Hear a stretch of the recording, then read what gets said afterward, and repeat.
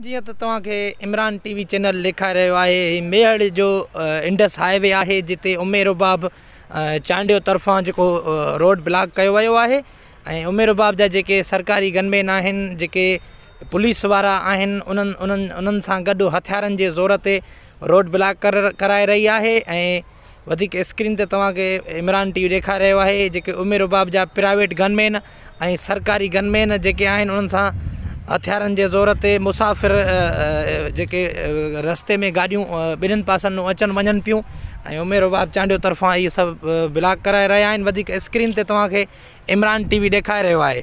नाज़रीन, हीउ मेहड़ जो उहो इंडस हाईवे आहे जिते उमे रुबाब चांडियो गनमैननि सां गॾिजी हथियारनि जे ज़ोर ते रोड ब्लॉक कराए रही आहे। वधीक स्क्रीन ते रोड जा ॿई पासा रुबाब जा ट्रैफिक सरकारी गनमैन जेके उमे रुबाब चांडियो तरफ़ां जेके सरकारी गनमैन मिलियल आहिनि ऐं प्राइवेट गनमैननि जे जेके हथियारनि जे ज़ोर ते मुसाफ़िरनि गाॾियुनि खे सभिनि खे रोड ब्लॉक कराए रहिया आहिनि। वधीक स्क्रीन ते तव्हां ॾिसी रहिया आहियो, मुसाफ़िर कई परेशान आहिनि।